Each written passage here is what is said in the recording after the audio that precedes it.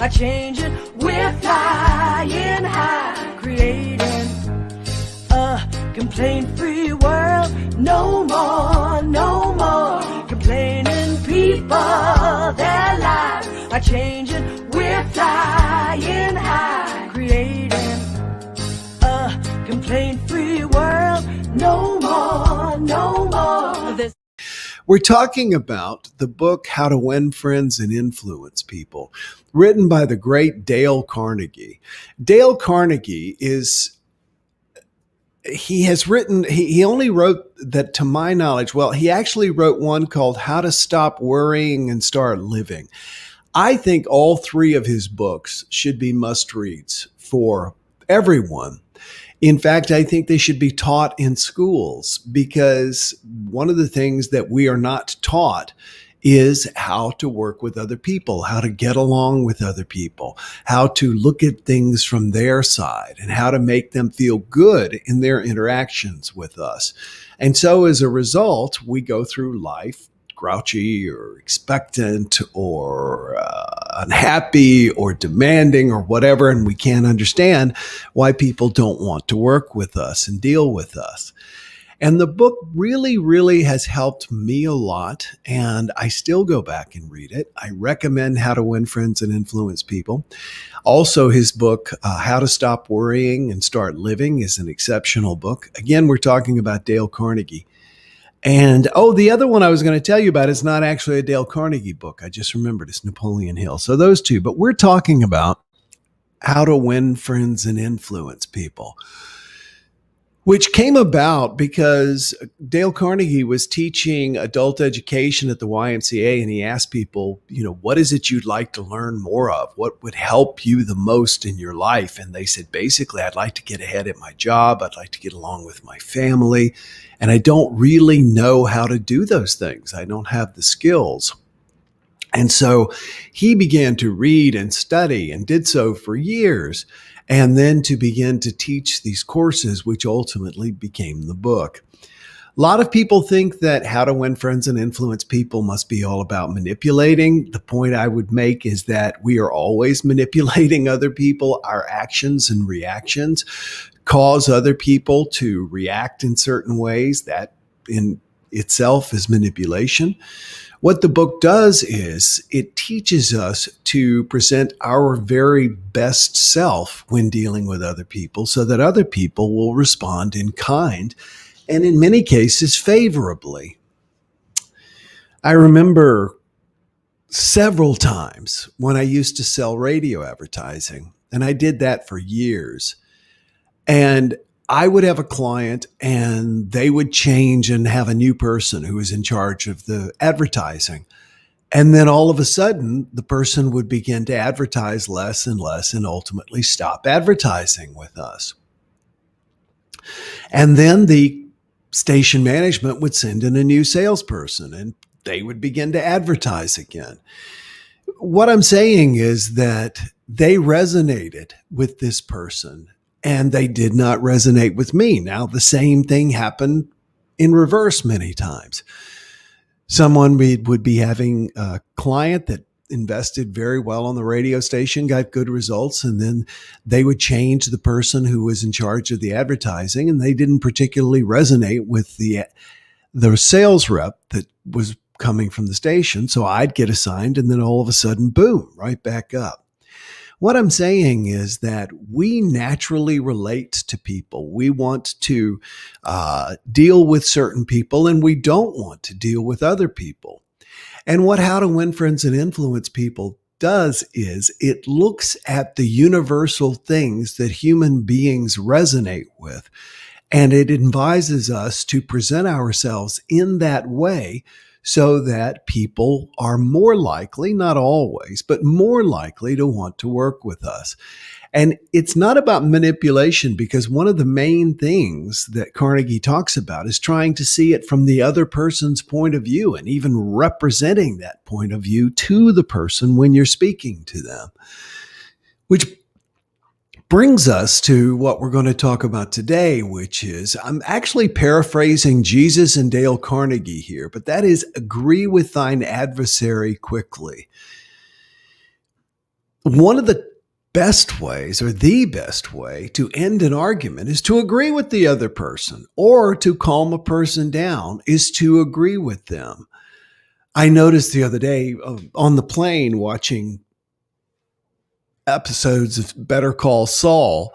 That's one of the things that he is very, very good at. When he is in a tight situation, he agrees with the other person. I totally see how you could see it that way. It makes perfect sense. I don't know if he read How to Win Friends and Influence People, or if that's just his natural way of dealing with people. And I've seen it so many times. Little disagreements become big arguments. Have you noticed that? I was talking with someone the other day who was having an argument with her husband, and she said, it started over something just so silly, something so small, but we disagreed. Now, this isn't to say you put your feelings or your thoughts about something in the background. What you can do is you can begin by agreeing, saying, I totally see how you would see it that way. What you want to do is acknowledge that the other person's perspective is correct, not that they are correct.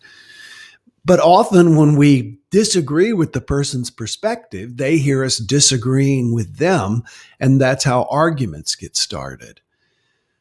It's a difficult thing to practice because what we think we need to do in situations like that is just correct the other person, give them a little correction. Well, you probably, et cetera. Just, no, that's not that way. And I'm very guilty of this as well. And I continue to work on this, especially with my employees when they say we should do this, instead of saying, no, I think we should do something else, saying, well, that makes perfect sense that you would think we would go that way. Or I even say, well, why is it that you feel we should go that way? And what I discover is that in the process, I learn a lot, not only about the future of what we're trying to build, but also their own thought processes and how I can work best with them. It's not easy, but agreeing with someone is one of the best things you can do. I think I've shared with you that I got this model for working with customers from the book, A Complaint is a Gift, which if you're in business, I highly recommend this book. A Complaint is a Gift. And the model, somewhat stripped down and modified in my way, is when someone has a complaint. And the number one thing we get is, I didn't get my complaint free bracelet. I haven't received it yet. So it's not really a complaint. They're just asking us about it. And it's so easy for us to go into explaining, well, you're in Belgium and right now we're having trouble with packages going to Belgium because, et cetera. But the first thing we do instead is to say thank you, which is in its own way agreeing with the other person's perspective. Thank you. Thank you for letting us know that. Because we then go into because to leave it at just thank you sounds almost dismissive, but we let the other person know that their perspective and their point of view is valuable. It's difficult. Don't get me wrong. The challenge is the opportunity rather, and that's exactly what I want to say. The opportunity is that when we're in a situation with a person, if we can find ourselves, we don't have to, like I said, we don't have to agree with their perspective, but we agree with the reasons behind their perspective and their right to have that perspective. Because an argument is just trying to disavow the other person's point of view. It's just trying to say, I'm right and you're wrong. And what we want to begin to say is, from where you stand, that makes perfect sense. You're totally right. And I find it interesting that Jesus said, agree with thine adversary quickly. As I was working on this, I thought about the quote from Abraham Lincoln, and that is that the only way to overcome an adversary is to make him your friend. That's why Lincoln famously, I don't know if you know this, but after he won the election to president, he took a lot of his adversaries, a lot of people who did not support him, and he put them in his cabinet. It took away the energy. It took away the energy of, well, this is you and your agenda and your people. Now, all of a sudden, it was us. And these people were at least in the room, and they at least got to contribute.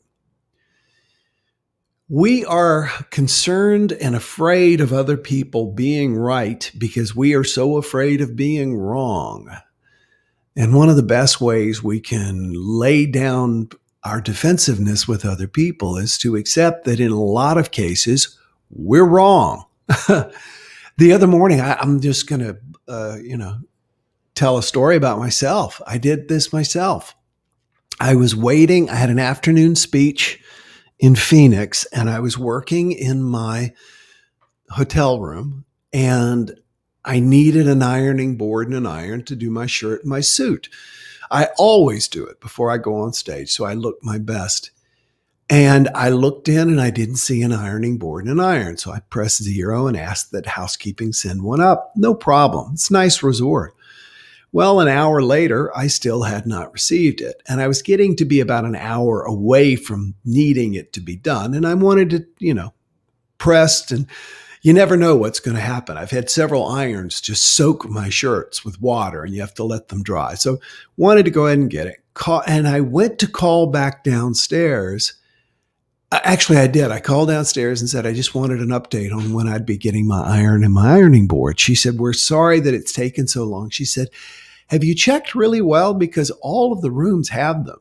And I went and looked, and sure enough, they had put the iron in, but they did it in such a way that it was so subtle you didn't see it. And the iron was kind of over your shoulder, and the ironing, anyway, I didn't see it. I was wrong. And yet, from my perspective, I was not only right, but my ego was saying, well, when are they going to send this thing up? It helps to remember how often we are wrong.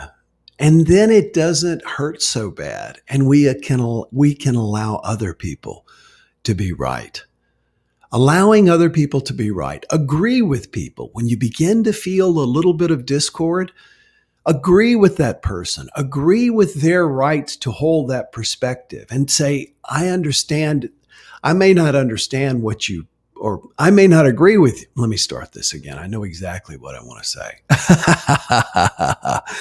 What you want to say is, if I were you, I would feel or think the same thing. It makes perfect sense that you think that way. Agree with the person. And then when they are no longer defensive, they will be more open to your point of view. And it'll build connections rather than burn down bridges. No more complaining people. Their lives are changing. We're flying high, creating a complaint-free world. No more complaining people. Their lives are changing. We're flying high, creating a complaint-free world. No more.